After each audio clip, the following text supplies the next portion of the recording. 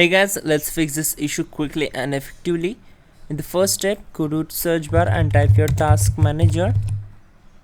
Then click here to open it from the search results. Now click on run new task, and once we are here, click on browse button. Now go to this PC, open C drive, then open Windows folder. In the Windows folder, we need to find out System32 folder. Just scroll down and double click on it to open it. In the System32 folder, we need to find out cmd.exe file. Here it is. Just select it and click on open. Now check this box, this is very important. Now click on OK. So once we are here, we need to execute some commands. Simply type your gp update and hit enter. So this will take few seconds to complete the process. We need to wait for it, and once done, we will move to the next command. That will be sfc space / scan now and hit enter.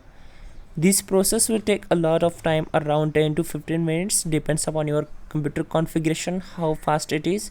So we need to complete the process in the background. Till then we will move to the next method. Simply open File Explorer. Now just select this PC, right click on C drive and open its properties. Now go to the Tools tab, and from error checking we need to click on check. This option will check the drive for the file's system errors. Okay, now click on scan drive.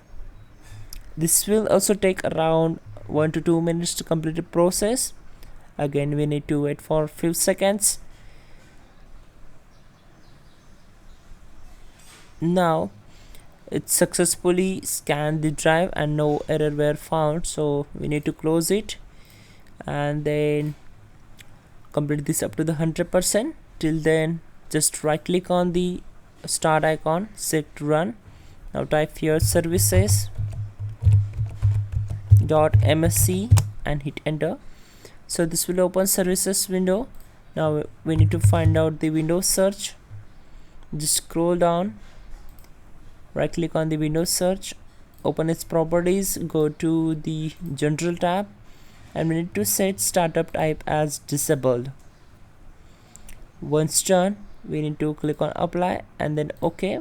Again, do the same process for Windows update.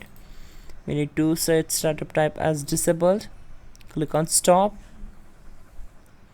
and then click on apply and then OK. Once done, just close this window, and once done we need to type exit and hit enter. Okay, now simply restart your system and problem will be solved. You can also check out our description link to fix this issue quickly and effectively. And yeah, don't forget to like the video. Please do subscribe the channel.